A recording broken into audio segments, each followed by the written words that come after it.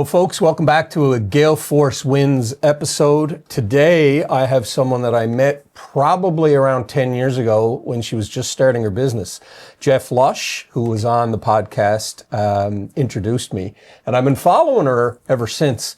Anyone who knows me knows that anyone who's gone out on their own is very, very interesting. And this is an exciting interview for me because Krystal has got a real niche going with some of the things she's doing, and people don't understand niches. Everyone thinks you need, a million views of this, that, and the other thing. Well, no, you don't. So welcome back. And Krystal, if you go ahead and introduce yourself. Absolutely. Well, thank you, Jerry, for having me here. I'm Krystal Hobbs, and I'm the owner of Reflective Marketing. We're a social media marketing agency that primarily works with HVAC companies to help them grow their leads and sales. I told you it was niche, didn't I? That is as niche as you can get. First of all, I want to compliment you on the name of your business. I've had several businesses and I've never liked any of the names. The only name that I like is Gale Force Wins. That's the first time I've ever had a name that I like. Tell us a little bit about the name and the inception of it, because yeah. I don't know that I've ever been asked that, but that's a great question. The name came from really... Because we primarily work with social media, we wanted to reflect the best parts of the companies that we were representing online. So it really came from that, as well as I think what has been a big strength for the company is really understanding at a deeper level what it is that the client, that brand really represents. I love that, reflecting the client. Yeah, it's a brilliant name, and I commend you for it. Going to go back now to your education and some of the, I guess, the influences of your life. So you went to school in St. John's, did you? Yes, well, Conception Bay South, if we're going to be accurate. I said it to a guy, we were in Orlando, and I said, "Oh, you grew up in St. John's?" "No, Gander." And I'm like, "Oh, yeah."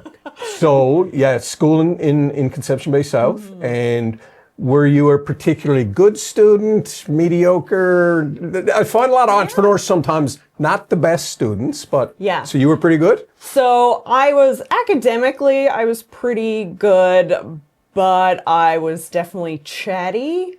Definitely a bit of a dreamer, struggled a little bit with authority and just needing to do something because I was told I need to understand the why. Yeah. But mostly did well in school, and I did French immersion as well. So my wife's French immersion teacher. Okay, excellent.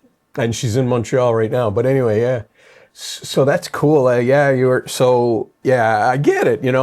Your online personality kind of leads me to believe that, I could see that. So mom and dad, siblings, tell us about, you have any siblings? I have a little brother. There's a 21-year age gap between us. 21-year gap?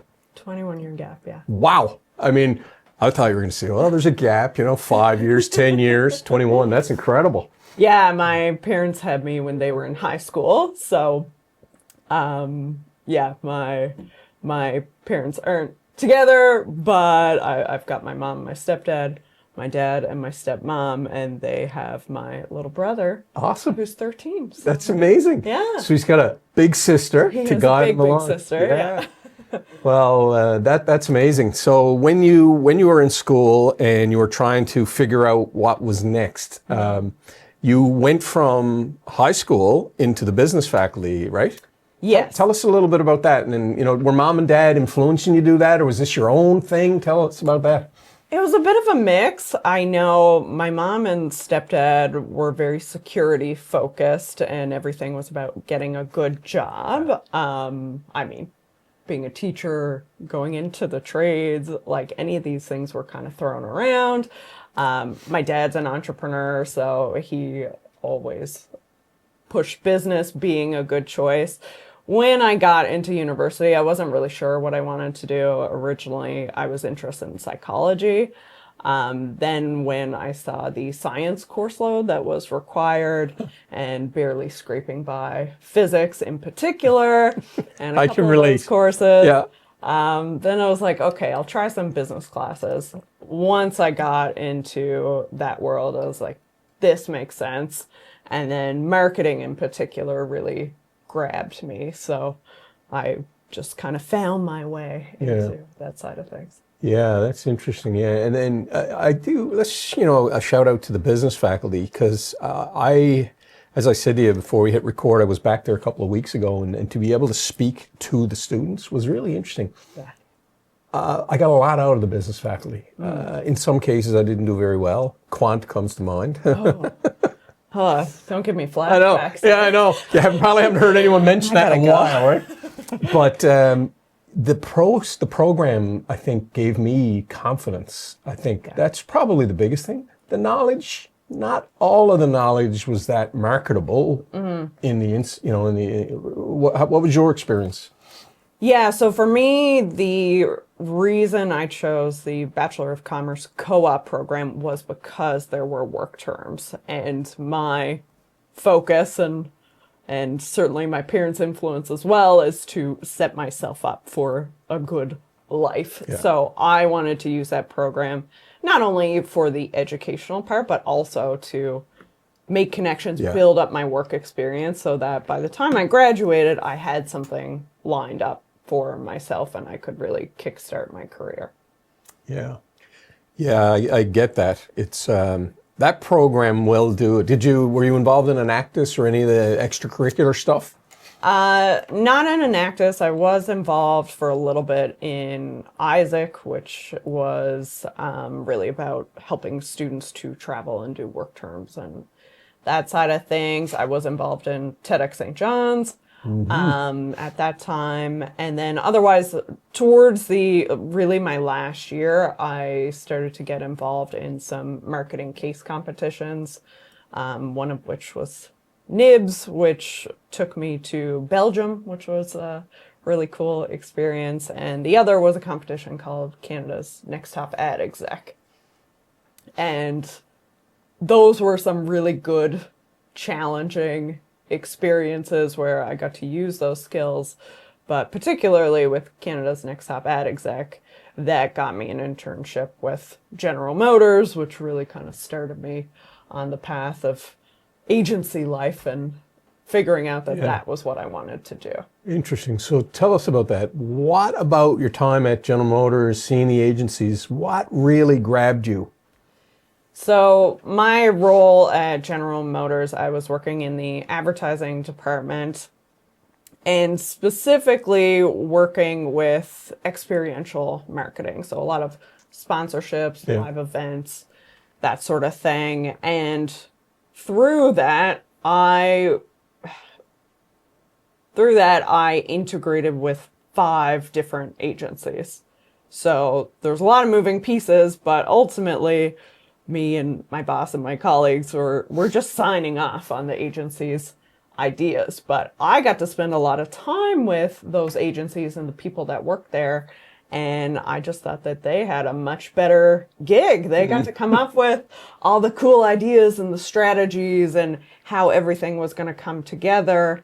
And that's when I realized that agency work was something that I was really interested in.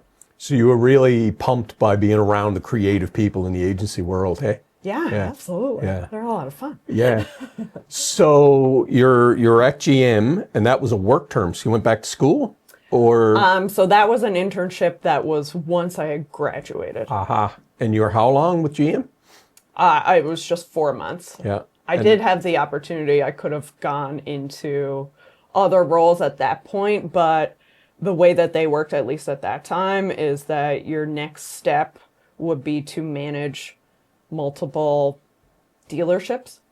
And with that, you had no choice over where you went. They would just assign you an area. You packed up and moved and went there. And especially having a young brother, I was like, no, I don't want to do that. No. I want to work in agency and I want to go back to Newfoundland. So you came back to Newfoundland. What did you do then? So I worked for a small agency. I was their first employee. So it was a real, starting from the ground up kind of experience. Yeah. But I was just there for about 8 months or so. And then the owner was looking to do something else, and I had the opportunity to move on, do my own thing. So I figured I would try freelancing for a month and see how it went. And evidently it went very well. That was 10 years ago, right? Yeah. Are you on your 10th anniversary right now, or? Yes. Yeah? Yes. So we started in March 2014. Amazing. So you're on your own, you're a month into this, wondering, like, I find that fascinating. The confidence level, and let's talk about that a little bit, and then imposter syndrome. Was all this stuff swirling around you as you're trying to grow your business? Can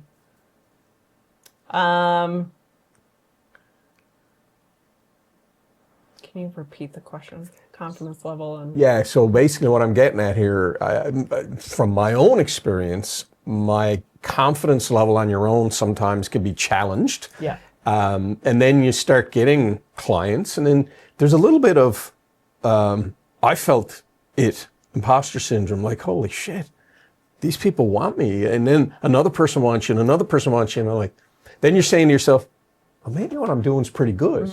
But there's a little bit of self-doubt. Like, did you have any of that, or were you just so focused you're plowing through? Where are you in this journey? No, it's a good question. I think certainly in the beginning, I wasn't super confident, especially because I had always thought I would eventually run a business, but I didn't think it would be that early in my career. Like, I wanted to get my reps in sort of thing before I started. But here I am. This is in my lap and might as well go for it. So yeah, I think it took a bit of time to build up confidence there. And especially in the beginning, I'm learning how to run a business, but then I'm also learning marketing in a lot of ways because, again, my career experience at that point was pretty short. Yeah. So yeah, it was developing my skill set and also realizing that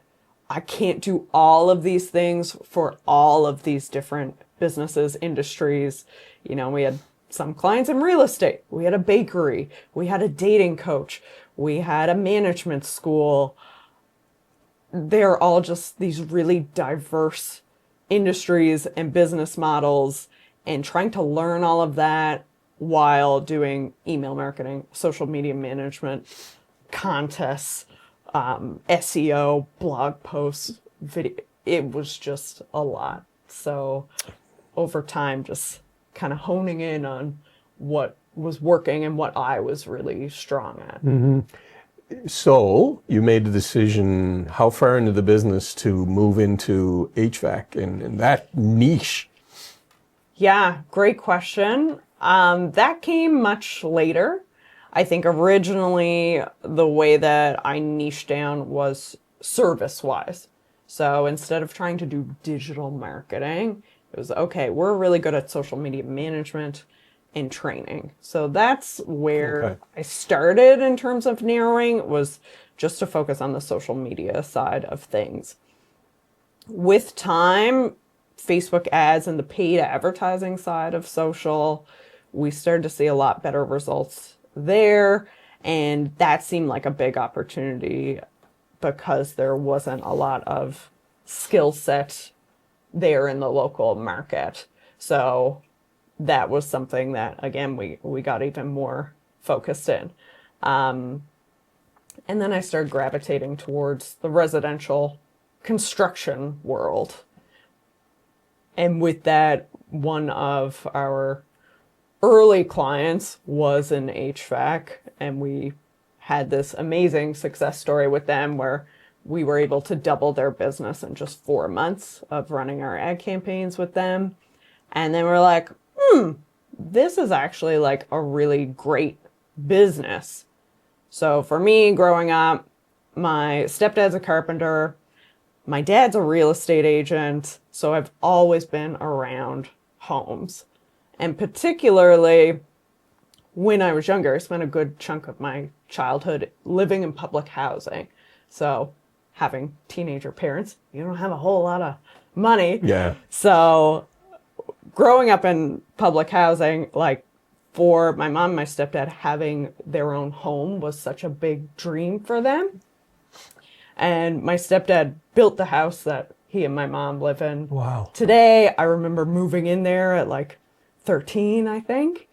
And so with that, residential construction has always had a very special place in my heart. So as I got more into running the business, more into residential construction in particular, then for me, that was an area that we really wanted to focus and get more clients in because of that connection as well as the success that we were having there. You know, all I can think about when you're talking to me is Simon Sinek's start with why. What is your why? Well, wow, you've got one heck of a why. Yeah. So yeah, you got all this success. Being in business now almost 40 years myself, leads are so important and it's so hard to get them. A lot of people think digital is the panacea. It is focused, but obviously your knowledge allows people to narrow down to what it is you need to get. I think digital advertising can be incredibly confusing, particularly to people running a business who don't focus on advertising. Mm-hmm. So when you encounter someone and tradespeople, they're really good at what they do. They're not really good at the digital side. So you obviously have got an incredible story to be able to help these leads come in, Mm-hmm. Do you guide the customer as to what to do with the lead once they come in, or because they're coming in, how many ways are the leads coming in, now through so many channels, cell phones, whatever, right? Yeah. And that's confusing in and of itself. Right? Yeah, absolutely. I'd say for us, it really depends on the stage that the client is at. There are some that they've got a well-oiled machine, they've got a CRM, they've got a process, they've got a team of CSRs who are answering the phone and calling leads as quickly as possible, and all these things. They're in year 3000, which is great. And then we've got other clients, which you probably would more traditionally think that, the owner's on the tools, they don't necessarily understand marketing, but they know that they need to do this to get leads in the door. And then sales can be a learning curve, absolutely, as well. So with that, we absolutely guide clients through, okay, lead comes in, here are all the things that we do to help you to have your best chance at converting those leads, but you need to call them. This is how the process should go. This is the percentage of leads that you should be converting into an in-home appointment, or you can do a quote. This is how much it should cost you. If you're not meeting those benchmarks, now we know we've got to dig in and see where the problem is. It's fascinating, Krystal, to listen to you talk. I mean, it's you're going beyond the marketing. You're a sales coach almost. You're doing a lot of that. Do you recommend a particular CRM? Is there industry CRMs that you deal with, or? Yeah, so most of our clients do use, there's a couple key ones in HVAC in particular. ServiceTitan, Housecall Pro are some of the more popular ones. But we also recognized a gap in that most of the time those CRMs pick up once the lead has booked an appointment.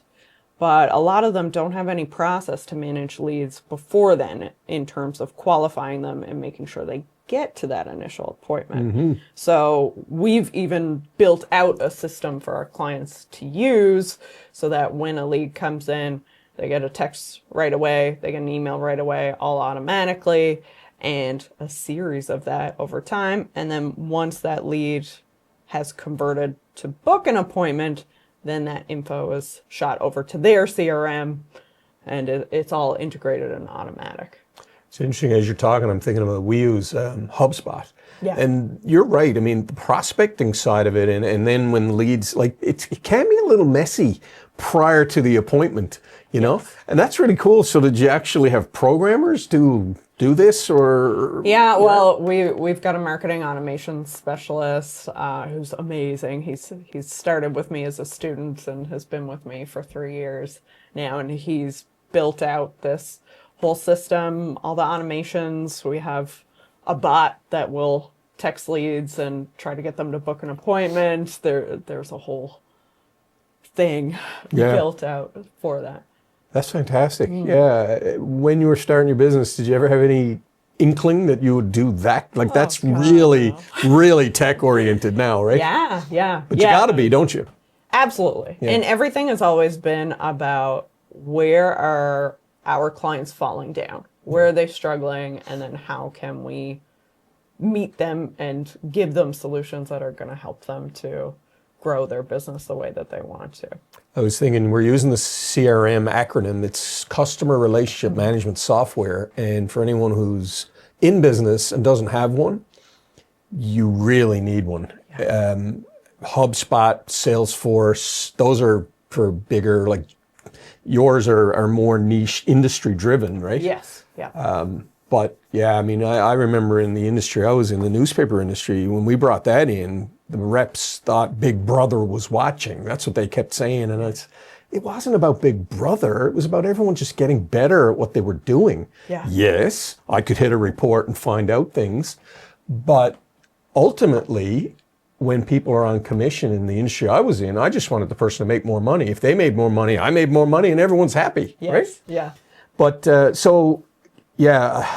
love your niche. Like it's so niche. I keep saying that. I'm repeating myself, but I can see the benefit of bringing in those leads for people. So your customer base is probably all over North America. Would it be, or all over Canada and the U.S. Yeah. So you're developing quite a reputation. You've spoken, have you not, at a couple of places recently? I saw you post something. It was.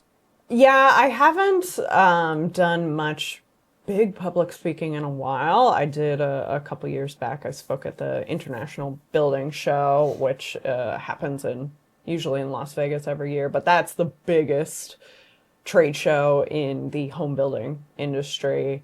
I also spoke at Social Media Day Halifax.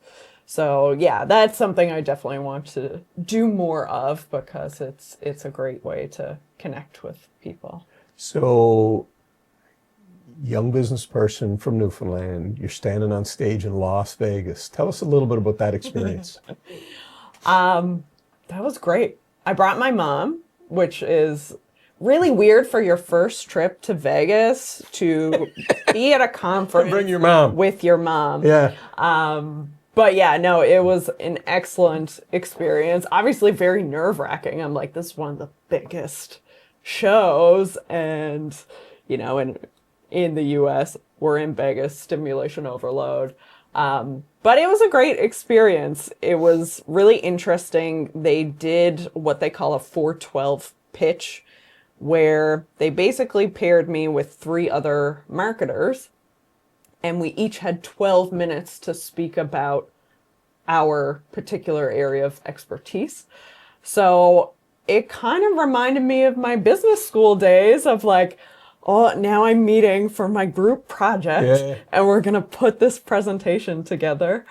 Did you meet remotely leading into it, or did you get paired when you were there? How did that work? We were connected early on and we did like a shared slide deck, but it was really once we got to the conference, we met in the speaker room and like went through what we were going to present and made sure that everybody was on time and transitioned properly to the next person. So it was very much when we were at the show, kind of putting it all together. Cool though, to be starting a business, and then, this was what, a couple of years ago? Was this after the pandemic? Yeah. Yes, this was, I want to say 2021. Yeah. It's definitely some validation for you, though, isn't it? I mean, frankly, you're an expert, and that was recognized, and you're there with your peers. Like, that is really cool. I'm proud of you for that. Thank you. Yeah, it was definitely a pinch me moment, I think. Yeah, and we had a great delegation from Atlantic Canada as well, and a number of those people came and took pictures and all that stuff. So it was great to feel that support from the local area, too. Well, Alan and I have had the opportunity to travel quite a bit in this business, and we see customer service. we give it, and we are very proud of what we've been able to do. And I think Newfoundland businesses can do very well on the mainland because I think we do have a very different, not a different, but we care. But I think what it is this connection, you know? As I said to you, you know, what we're trying to do with this podcast is an eyeball to eyeball interpersonal connection. We're doing a bunch of stuff and someone said, well, you need to get a drone. And I'm like, what do I need a drone for? I'm doing interviews with people. Right? Yeah. You know, so and I'm going to morph into something here now. What do you think, you know, about the marketing world right now in terms of like, there's so much going on. AI is just crazy. But I will say this, people with experience like me and you are needed. I don't think AI can replace certain tasks. Yes. But your experience delivering leads is incredibly important. You can use the AI tools. That's my feeling. I'm asking you the question and I'm telling you my opinion. I shouldn't do that, but what do you feel about this? No, absolutely. I think that this is the way that things are going, and no matter what, you need people to manage the AI and to know how to use it properly and strategically and in a way that's going to save you time and be more effective. So I don't see it as a replacement. I see it as a way to really enhance the things that we do and free up time for the things that a robot can't do. 100%. Which is, that personal connection and really the strategy of what you're doing with these tools. I'm going to give you an example. Exactly what you just said. In these interviews, if I'm going to put a description with a YouTube description and the timestamps prior to AI, that was extremely time consuming to do. And by the way, Krystal has her own podcast. We'll talk about that in a second. I find now, like I'll take the transcript out of YouTube, put it into ChatGPT and ask for a description and timestamps. I have it done in literally 5 seconds. That's freeing me up to do other things. And I'm pointing here because when I can do editing I can do other things. Yeah. And I'm so excited, Krystal, about what it's giving to us as marketers, you know? Yeah, absolutely. We use ChatGPT every day, whether that's running our appointment setting bot or, you know, hey, I need 5 variations of this ad or creating images from nothing. So yeah, there's all kinds of ways to leverage it that really make the best use of your time. So when it comes to authenticity in advertising, I've been around this since the 80s, and I struggle a bit with what people are doing. Sometimes it's inauthentic. Yeah. Do you have any advice to people about how to be authentic in their advertising? I don't know if this fully answers the question, but a lot of the time we have conversations with our clients about ad creative. Yeah. And, you know, yes, we can make graphics, we can make these AI images that we can put up, all of these things, but nothing beats the real person. So if you can have someone at your company do a talking head style video, that's going to outperform anything else.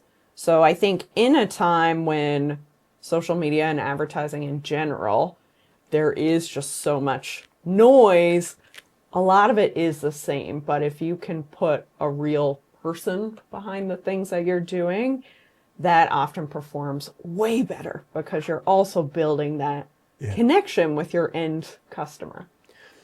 I'm sorry, the water went down the wrong way when I drank it. This water's supposed to clear your throat, not cause you Ruined. Yeah, and you know, one of the things I notice in your social media, it's very authentic. And let's pivot into your podcast. I love the name of that, by the way, as well. Beyond the tools. These are the two things I named well. I have 100 things I've named terribly that Well, you'll never hear about. I think marketers are very, very introspective, and they look at their own stuff and they're like, we're like the cobbler on the shoes, right? When we start doing our own marketing, how did I come up with that crappy name? How did I do this? But Beyond the Tools is, it got my attention from the very beginning, and it's a lot of work for you to do, right? Yeah. Tell us a little bit about your podcast. Yeah, absolutely. So the podcast name came from a lot of conversations with our clients and potential clients of, I just want to get off the tools. I want to be able to grow my business to a place that I'm not in the field. So getting off the tools, that type of language, it just came across so much in the conversations that I was having that combined with that being their ultimate goal was to build this business beyond themselves, beyond the tools. So that's where that came from. And I think especially in the trades, these are people that are not highlighted enough. I think the industry is booming and they're experiencing labor shortages, a lot of issues where there's this crazy demand for home services or the trades, and there's just not this supply there. And I think a lot of people, in blue collar industries, I think they get a bad rap. I think that some of the smartest business people I've ever met are in the trades. Yeah. And I think there has often been this misconception that if you're working with your hands, it's because your brain's not that good. But for me, I thought there was such an opportunity to highlight these amazing, successful business owners who have done incredible things in an industry that I think is really undervalued. Pivoting on that, your clients inspire you, I can tell. Yeah. Tell us a little bit about that. Yeah, I think that one of the things that really connected me with the trades is that you get salt of the earth people. I always joke, I'm like, I'm not necessarily going to get a pat on the back when I do a good job, but these are people who are real. They're going to tell you what they think. There's no fake, there's no glitz and glam. It's, they are real people, and they are such pillars in their communities a lot of the time, I think. So, yeah, the people that are in the trades is a big part of why I love working in this industry. Well, I listen to a podcast called Entrepreneurship, and the guy's name is Dave Ramsey. He is a financial guru, but he's also a business consultant based in Nashville. And he does a call-in now. He runs a podcast, Krystal, and his company has $300 million in revenue. He gives away a podcast where he does a call-in show. He opens it up every time by saying those in business are heroic. And now I'm kind of self-servingly patting myself and you on the back. But I see the people, and I know your clients. I don't know them individually. I know them in the industry they're in. They're heroic. They don't have all the skill set for business and dealing with all the paperwork and all that. And that's stressful. That stuff can be stressful because it's no fun. Yeah. But I find that you're right. The trades, incredible people, and several people I know, one guy had 57 employees. Holy crap. Yeah. Imagine having that payroll. Well, I mean, and I think that, going back to what you were saying there about not necessarily being good at the paperwork and that stuff, I remember going to one of the first big conferences that I went in, like HVAC and that side of things. Every third person I met was like, oh, I do 10 million in revenue a year. Oh, I do 30 million in revenue a year. Like, these are not mom and pop little offices, one guy in a truck kind of things. So I think that the success and the strategic businesses that exist in the trades would really surprise people. Yeah. Well, you're right. I mean, it's one thing to have a business, and look, not to fault anyone making $300,000, $400,000. That's a lot. But you start getting into those many multiples of millions, and the ability to just have the equipment in place, the supply chain issues, and like it is there's a lot of, to your point, just because you're good with your hands, you're also damn good with your brain to be able to manage all the supply chain issues and get all the stuff you need, and the people, and keeping them motivated, and customer orientation and all that. Like, it's, to me, and this is what I keep saying to you, if more people were doing this, because you are forced to really think, A, about your money, B, about your expenses. You know, those people, your clients, they're brilliant, I bet, with their expenses. They know how to manage their money, right? Yeah. So I remember a client we were working with recently. We had a meeting and we were looking at the ROI of our ad campaigns. And he was like, oh, I look at the debt to income ratio for this. And I'm like, what? Sound like an accountant. Yeah. So, I mean, within the trades, there's a whole different scale, but some of the business owners in this industry blow me away in terms of the level that they think at and what they look at and how they plan their growth. Back to the podcast. I know I pivoted off that question. What's your cadence right now? Because most people who start a podcast, and I was looking at the statistics, I use Buzzsprout. I don't know if you use that. Anyway, it's hard to keep the cadence. Yes. Are you keeping the cadence? And what is it?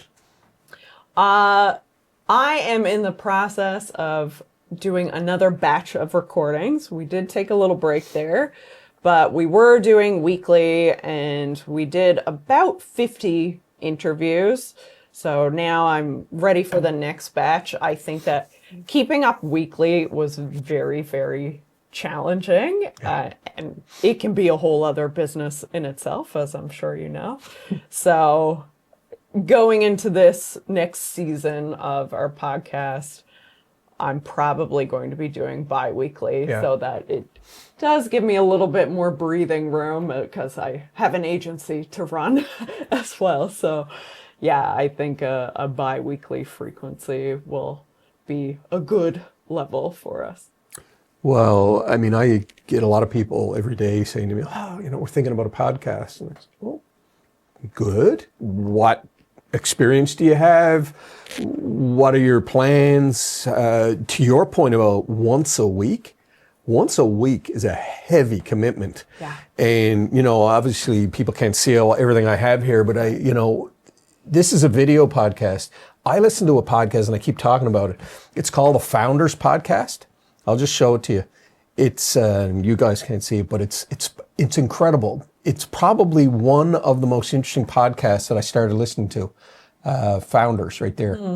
I don't know if people can see that. Anyway, I can put it up on the screen when I edit. Add more work to myself. But anyway, my point is, the guy does an audio-only podcast, and someone asked him in one of his podcasts, he was interviewed by another podcast group, and they said, video is incredibly hard. It's easier to talk into a mic. Like right now, the nuances of my actions and all that is, you have to be not stiff, but you know what I mean? Like you and I are being seen right now. Yes. The audio piece too, and getting the quality, if you don't have good audio. So anyway, I'm rambling here now, but it's not an easy thing to start, and it's even harder to keep going. So kudos to you. You've got 50 under your belt, and now you're moving on to more, right? Yeah, more to come. While you're running your agency. Yes. I have realized that for me, the podcast is such a great creative outlet, and what fills my cup the most is connecting with other people and creating content. Those are like my two things. And I think that's where I get the most joy from my business. So I have really missed it, not having that outlet. So I'm also doing more because selfishly it's something that I find really enjoyable. Well, listen, I can relate. You know, Alan and I are into, right now on our Tuesday night podcast, 249 episodes. I've got a hard drive over there with another 10. We've done for our business close to 2,000 interviews, which kind of, I'm like, oh my God, we're mad, we're crazy. But I get that. When we record and then we walk away for a couple of months because we've got it all in the can, I miss that interpersonal relationship, the connection you and I are having. And I will tell you, Krystal, you're fascinating, because I was there probably around the time when you were starting. Yeah. I was introduced to you by Jeff Lush. And the fact that you're here now 10 years later is a testament to your tenacity, you know, and your knowledge, definitely. Let me ask you this. From a marketing perspective, and not the niche thing you're doing, what advice would you give to a business that, maybe let's talk about a startup, you know, they're trying to figure out how to get their name out there. What are a couple of things that you would suggest?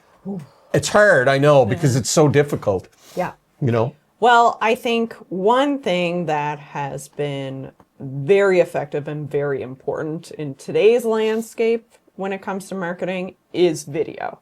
I think it's the piece that people find the most challenging, to put yourself out there in that way and talk to people and record a video. But video, I think, is the most impactful thing, because like we were talking about, there's all this volume of content, there's all this noise. But if people can see a real person, that builds such a connection with the business that you're not going to get in any other way. No, I love that. And, you know, the advice we give people is that too many people in the marketing world trying to aim for perfection. Yeah. You know, like there was a couple of times in this episode with me and you know, my wife texted and you know, you asked to repeat the question. There's times when I don't edit that out, because this is real. This is us. And businesses, I think, and I'm going on a soapbox, apologize. I think some people need to start thinking more strategically about the people in their organizations. And you're right. Everything does not have to be perfection, because business is chaotic. Business is messy, right? And the marketing, I think, needs to reflect that. You know? Yeah. Am I wrong? No, I think you're right. Obviously, you want some level of polish, but the old adage is true. Done is better than perfect. And I think so many of us are so afraid of, you know, things not looking quite right. My hair is not nice today, or like, I have a little bit of a rasp in my voice, or like my background's too messy. And all of those things just prevent us from taking action and doing the hard things. And most of the things that we care about, we're going to be hypercritical of, and other people are just not going to notice. Couple we'll clue it up shortly, but and in terms of the business right now and where you see yourself going in the future, Newfoundland is on a very, it's an interesting time. Some businesses are still having a challenge, but there's so much opportunity. And I always say, I think we're on the cusp of the greatest economic resurgence of our lifetime. What are you hoping for Reflective Marketing? Do you want 100 employees? Do you want 50? What is it you want out of your business? Our ultimate goal is to have 50 contractor clients across Canada and the US. And for me, I don't have a specific number in terms of team size or anything like that. And certainly with technology and all the advancements there, I think you can run the same kind of business now with 10 people that you could with 30, you know, years ago. Yeah. So yeah, for me, it's really about the impact. I want to be able to grow as many companies in the trades as possible and be able to provide a really great workplace for my team. That's always been something that's been very important to me, is to have opportunities for talented people. How many people on your team right now? Right now, we've got 6. 6 people. So you started a business 10 years ago. You're responsible for 10 people. That's huge. Yeah. You should be incredibly proud of yourself. I will tell you this as we come to an end. We created Gale Force Wins for this very reason. People like yourself are out there every day contributing to this economy, and the people that you're helping don't necessarily have the marketing skills, but as you said, they have quite established businesses. So, Krystal, it's an absolute pleasure to be listening to you, and I can't tell you how proud I am of where you are 10 years into a business and having 6 people in this community is incredible. So I thank you for joining me today. Oh, thanks so much for having me, Jerry. This has been an absolute pleasure. And I love that we continue to cross paths over the years and that we've been able to do this today. Folks, Krystal Hobbs, Reflective Marketing, Beyond the Tools podcast, more content coming out on that.